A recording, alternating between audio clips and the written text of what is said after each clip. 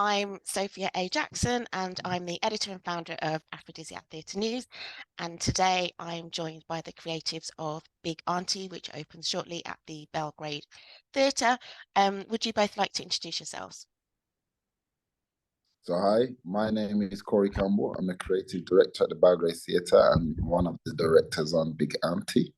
And I'm Sarah Githugu, and I'm the assistant director for Big Aunty. Thank you.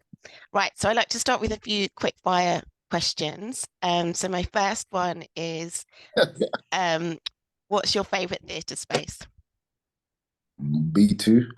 Yeah, Obviously. Belgrade's B2, 100%. That's what brought me to the Belgrade, actually. Yeah. To be honest, yeah, I think that's where most shows I've watched have been in. Actually, all the shows I've watched in Coventry are in B2. Yeah. It's dope. What's your favorite one nationally? Yeah. I watch a lot of like fringe theatre stuff. So like Vault, or like pub theatres and stuff like that. Okay. Like the play I did previously was at Barron's Court Theatre. So a lot of them are like pub spaces, like just above or below. So in basements. Yeah. Yeah. And that was High Life, wasn't it? The last show. Yeah, the High Life, yeah. Thank you. So what's your earliest memory of going to the theatre? Oh, my earliest memory of going to the theatre was with Big Diva, David Van, who was my dear friend and mentor at the time, and he took me to watch We Will Rock You. Oh wow. Was that in London or in Birmingham? No, that was at the Hippodrome. Okay. I think I was 20, 21, maybe 20 years old. Yeah. What about you, Sarah? Mine was like pantomimes, actually. I actually think I watched a pantomime with my school here at Belgrade, but London stuff, it would be like West End. Sister Act was the first like musical that I watched with my cousins and my sister. So that was like a fun thing that we did like summer holidays. Yeah, that was interesting because we never really did things like that. So it was like, we're gonna dress up. Yeah, that's the serious It stuff. was really good. I loved it. I enjoyed it. Like I said, Sister Act, yes. Thank you. And who is your favorite playwright of all time? Can I be cheeky and say myself, even though I haven't? Have you written the play? Then yeah, whether it's actually out there in the world yet, like soon come. So I will be my own favorite playwright. That's that prophetic talk. Yeah. I did. That's a tough one. My favorite playwright of all time. Yeah, that's very difficult. I got a lot of contemporary writers that I'm enjoying, definitely. You know, Chino Bambino, my dog Chino, outside creating work in the way that she wants to create it, with a beautiful rhythm and bold language, you know. And then I mean, I've got quite a few favorite playwrights when we talk about from all time now, and I have to be honest, you know, some of them classical works I'm obsessed with. Like I love the Greek mythologies. Phaedra, I've seen that recent devised Phaedra as well, which was great. Really strong contemporary dialogue. I don't know, but I'm a devising artist, so I think it's harder for me to say who my favorite playwright is, because I'm normally obsessed with process rather than words on page. Yeah. Thank you. And finally, who would be your dream guest at Big Aunty Press Night, dead or alive? These are some serious questions. You don't feel like quick fire. Do you feel like I gotta really sit down and ponder? Yeah. Go first, sir. Goodness, who would I want to come to see? I would say just because I'm obsessed with her work, and I think it would be interesting to get her take on the family dynamics. I would say Bell Hooks. Okay. Or I would say like, yeah, I just feel like the older literary Black women, Toni Morrison, Maya Angelou, like adding them in, because I just feel like they would just watch and just be like, yeah, people are messed up. What's going on here? Yeah. I think they would have great conversation as well. They would be able to kind of spin it around into the importance of family and connections and stuff like that. I hear that from Maya still. Yeah, definitely Maya. But you know, for me, I'm gonna have to cheat my way out of this one. Actually, I don't know if it would be a figure like that, because the one thing I love about the work, and I love about me being able to go back right now with Sarah and the team here, to how we initially started to create work, was that it didn't need that kind of, it's not that it didn't need it, it's that we were able to let go and ignore the free act structure and really focus on, you know, the instinct of storytelling and what bits needed to be there and what bits didn't need to be there, and what does it look like to just to trim all the fat, actually, to like just focus on what we actually need to know and get straight into the mix, which of course, as a practice, as a craft, is like something that you say, no, you need this in order to do that.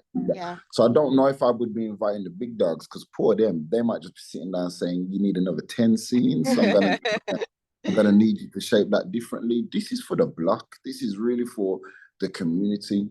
It's not necessarily something that I want the intellectuals to come to. It's not necessarily something I want the artists to come to.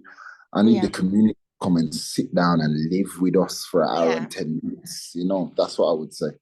So let's get into Big Auntie. So it says that it was devised by you, Corey. What does that actually mean? Because I didn't know if that meant that you'd written it or you came up with the idea. What does devised mean? It don't mean diddly squat. Basically, it's collaboration all day, every day, isn't it, really? So I was saying the other day that devise means to me, it's a practice where it's a collective collaboration in order to create a piece of work and in order to tell a story authentically. Right. It means that I don't say to a writer, here's however much, I'm going to commission you to go away in isolation and write me some words and bring it back. Right. Like for me, devised practice happens there, and then you are influenced by amazing performers, amazing directors, creative associates who might come and sit down and watch the work and give their feedback, and then you change it. Even in Tech Week, I'm still playing. I mean, without a smile now. I was smiling weeks ago. I'm not, you know, my face is straight now. But you're still mixing it up. You're still figuring out what the story is. And oftentimes, a lot of creatives and devisers will go into like R&D space to begin that collective practice. Whereas, you know, I am very much like the show must go on. Like, I'm feeling this piece of work. We're gonna do 4 weeks rehearsal. It was free.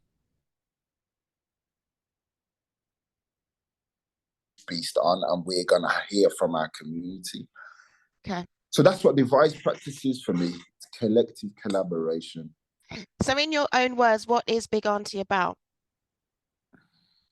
In my own words, Big Auntie is about how we find resolution through grief. Right. You know, it's about 3 estranged siblings that have to come together. They have no choice. Love brings them back together because they have to bury their mother. Right. And in burying their mother, actually, how do they bury all their issues between one another, even their issues about their mom? How do they get rid of all of that in order to come together in peace and love? And so, in a couple of words, it's like, how do we find reconciliation through grief? You know, how do we find faith and hope and all those beautiful things that can come out of those negative situations?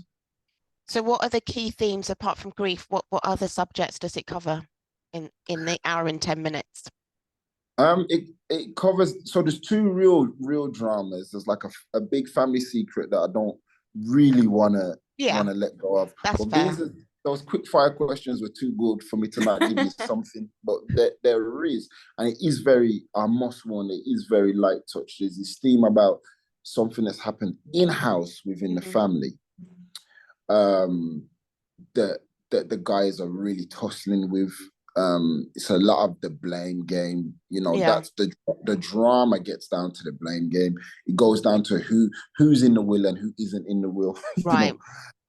Who's the favorite child and who's not the favorite child. And then it gets as deep as, you know, who was abused and who wasn't abused, you know, and why me and why not me. You know, it's the reality of it.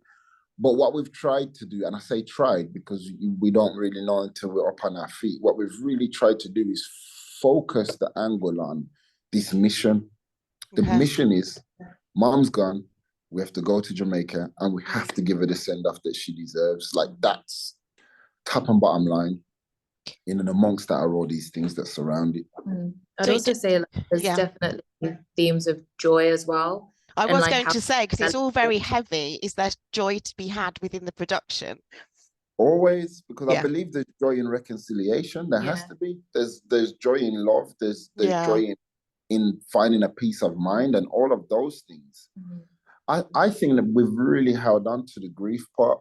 Not in rehearsals. I mean, like when I talk about the show, I can say reconciliation 10 times and people go, it's about grief. And you're just like, no, hold on, pause. There's all of it's about what comes through it. It's about how you reconcile. So, and also there are these wonderful cultural beats about how we, as Caribbean people, as Black people, how we work our way through these dark scenarios, often with things like 9 nights. How we celebrate life when it's gone. You know, there's a hell of a lot of that. There's one very long scene that holds a lot of that beauty, you know, and our OGs and those characteristics of our elders and how they keep in check. Have you had to do much consultation with your own family? Have they been involved in the process of this production? Like, you know, my sissy Cindy comes through, you know. Cindy's been coming down and giving her 2 pence, which has been amazing. I told her she should be a director, really. But a lot of it came from a personal experience. And when I first thought about this show, I was thinking about my Aunt Pat, actually, and how she took people in and cared them and looked after them, and how treated these young people like her own. And so that's what gave me this instinct towards this matriarchal figure that isn't just mother to her own children, but mother to a whole community. So the family's been heavily involved, you know, and telling me where I'm going right and wrong. But they're like that anyway. Fair enough. They're like that, you know. They pull up on every show I do and give their opinion whether I want them here or don't want them here. So I will tell you, people just warm through this rehearsal room. They're just like, hi, we're Corey. Oh, that's so sweet. They just come through, you know. Sarah, I was going to ask how the rehearsal process is going as assistant director, and you're in Tech Week as well. So how's it been? It's been interesting coming on to a piece that is devised. Because I'm used to just walking into a rehearsal room with a script and kind of like analyzing the script and like tearing it apart and going through it like that. So coming in and it's like, there's nothing. We like, here's the script. Here you are. It's been challenging, but also really good as well, because as Corey said, it's a collaborative process. It's an actual collaborative process. We're all coming in together. We all have our own ideas and stuff like that. So it's interesting. Nothing has formed into like this whole script in my hand. Like I remember, I think at the end of week 2, I was like, there is no script. And at the end of week 3, I was like, we've got everything. And it's like, oh wow, how did that actually happen? And then explaining that to like friends who are asking what I'm doing, they're like, there's no script. What are you talking about? But it's been good. It's been an interesting process, a challenging process, but it's definitely been, there's been moments of joy and laughter and stuff like that that we've all been able to have together. So I got an emergency tech call from downstairs. Can you just give me 5 minutes? I've got some questions which are specific to Sarah anyway, so I can do those questions. I'm gonna run and come back. I want to be part of those questions too. So as assistant director, how have you made your mark on Big Aunty?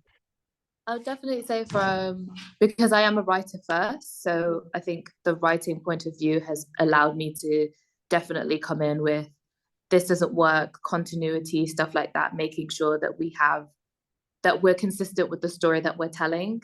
I would definitely say in questioning the characters and the character choices, how people interact with each other and just finding the relationships within the siblings and how they are together.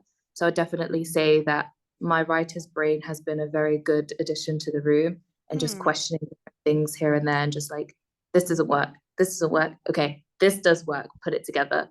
But I've definitely learned to kind of be more direct, and I've learned a lot more about like movement as well, and how and the staging of things as well. So it's definitely, as much as I know that I've collaborated into the room, I've definitely learned a lot more, especially coming from Corey as somebody that does devising more.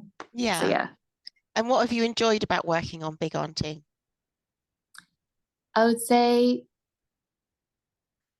actually say the devising has actually been the best part. Just seeing, because it's amazing to see how something that was just an idea, just kind of thought in Corey's head, come out into fruition, and just seeing like, we actually have a script now. It was like, there was literally nothing. And then so how did that work? Do you write the script as you're going along? Like, how does it go?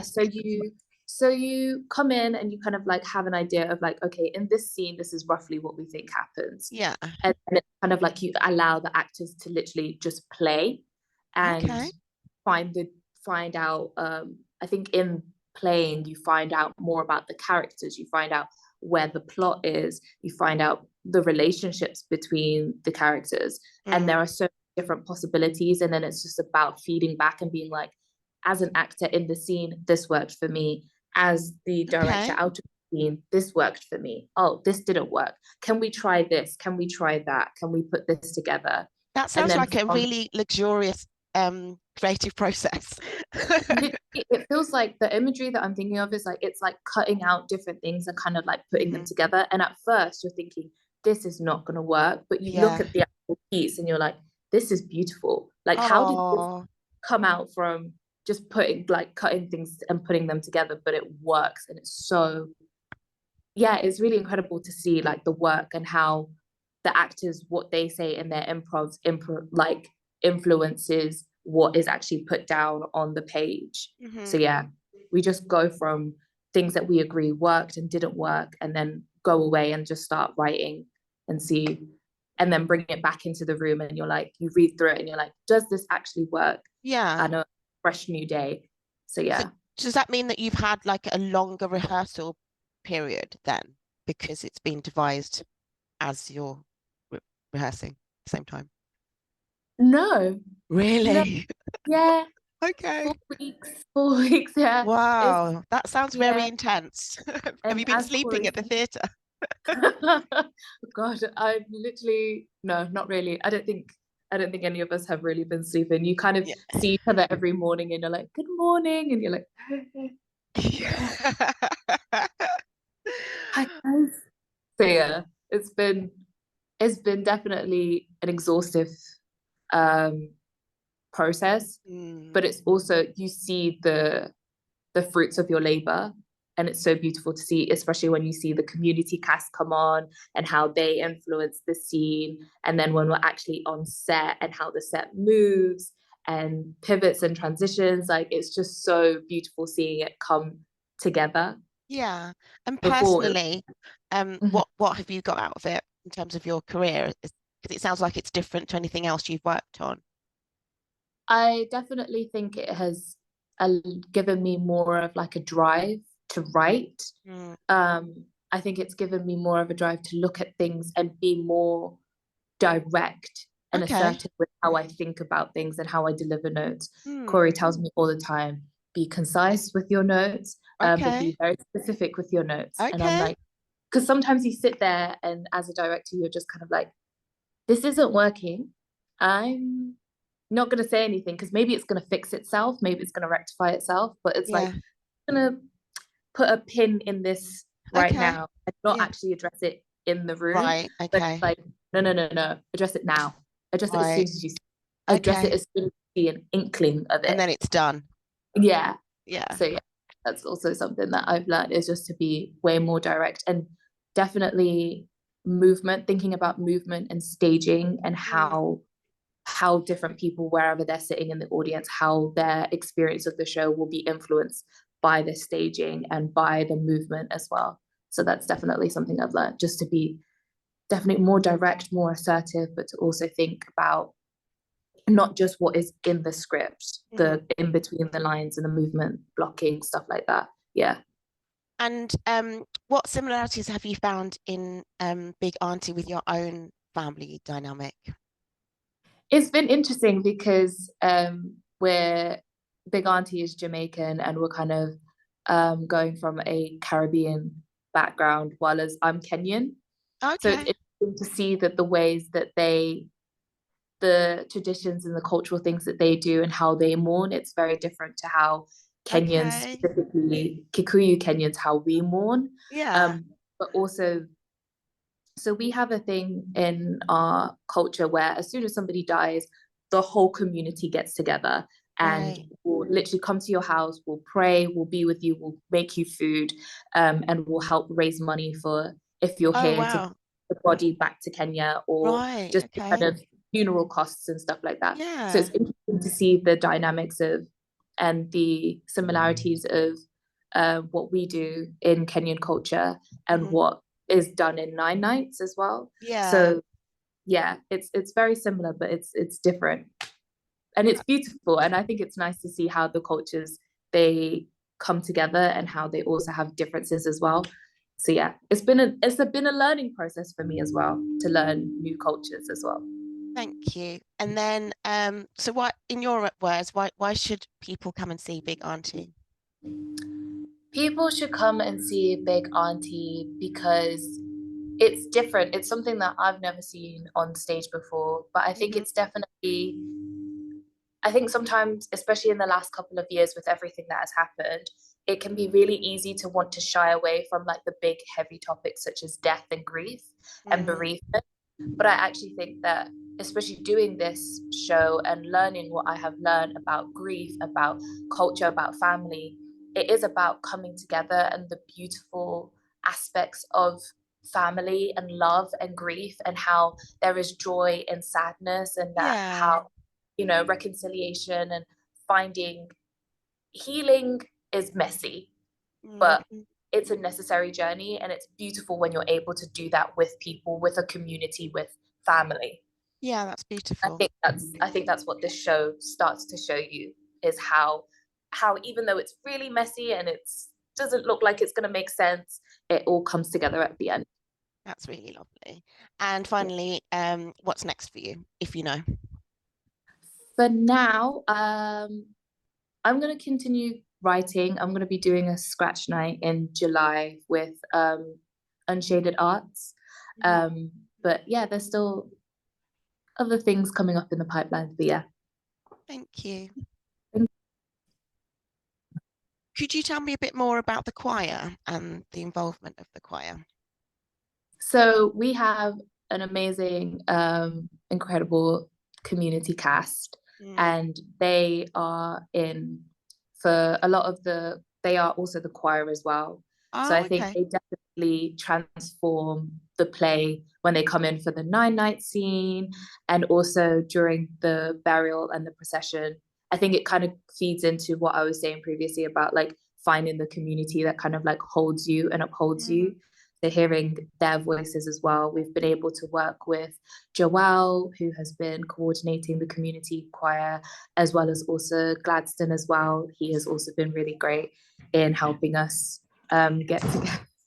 kind of fix up and sharpen the songs and stuff like that. So it's been really, they've been amazing. I think they transform the scenes into something that is more communal. Thank you. And Corey, why did you go down the community cast direction? That's something that part of my practice is about the engagement with community to create work. You know, my old theatre company, Strictly Arts, that was what we were about, making sure that we're representing the community, the Black community, particularly on stage correctly, and appropriately, and not just in consultation with the community, but with the community and work by the community. And then becoming creative director of an organization that is known for how it works with community. And of course, you know, its roots in its pioneering movement for TIE and theatre in community meant that I could kind of merge and grow that practice. But I also think a piece of work like Big Aunty that looks at, you know, taking a theatre audience over from England to Jamaica, you can't do that work without having community part of it, you know, like it's a given. And like, I think I just heard the back end of what Sarah was saying there about, like, we could never have done it without them.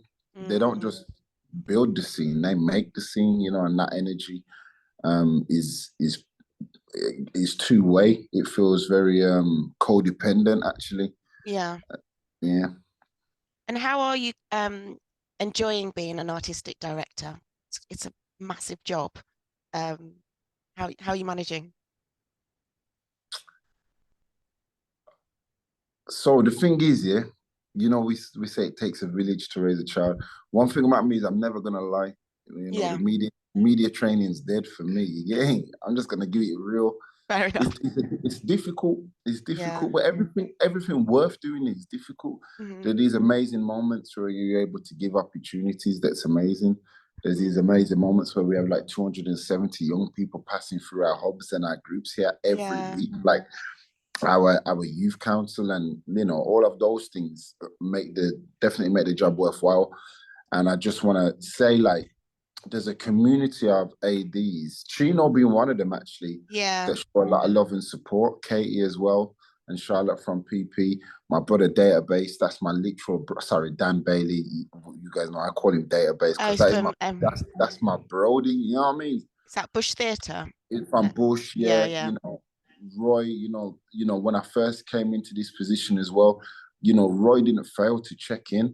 And I didn't even know him like that. He popped up and showed love straight away. And I'll never forget it. I appreciate it. You know, so in and amongst the difficulties of the role is this community that you build. Yamin from Hackney, Tariq from BAC. Like, I'm telling you, there's so much love around me that I can't pretend that I'm on this lonely journey that everybody speaks about being an AD. Yeah, it's difficult, and sometimes you feel alone, but I know I've got a troop of people that even if I don't call them, they're going to call me, they're going to check in, they're going to make sure I'm good, and they're going to make sure that the plans and the vision that I have represents the block. That's the part that I love most, you know. I get excited about that. You know, the work is the work, you know, in a lot of ways, whatever. But the way arts can bring cognitive change, I know that firsthand. Me and my family, my youngers, my olders, you know, we have a family of artists and musicians.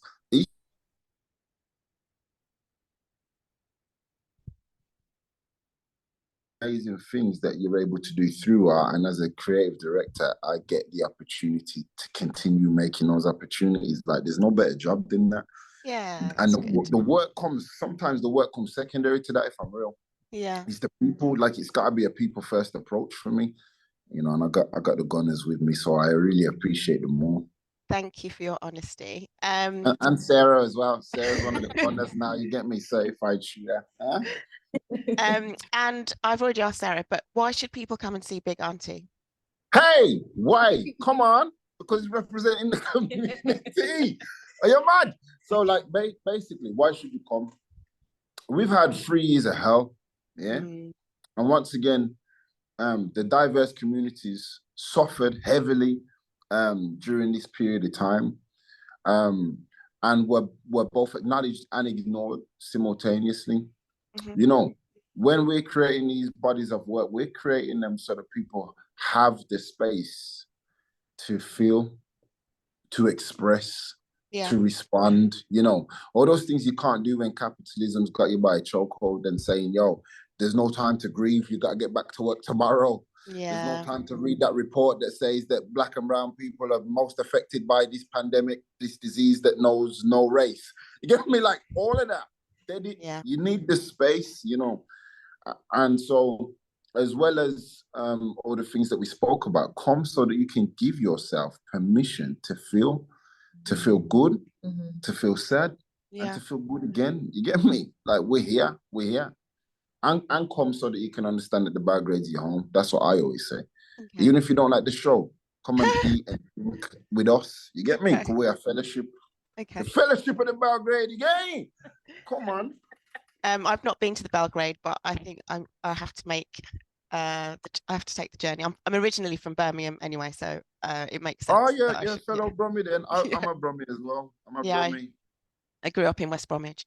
Okay. Oh really? Oh, okay. Well, thank you both for a beautiful interview. And congratulations on the show and all the best for opening night. And I will hopefully see you there. Thank you. And big love to everybody that's listening in. Take care. Have a good day. Thank you. You too. Bye. See you later.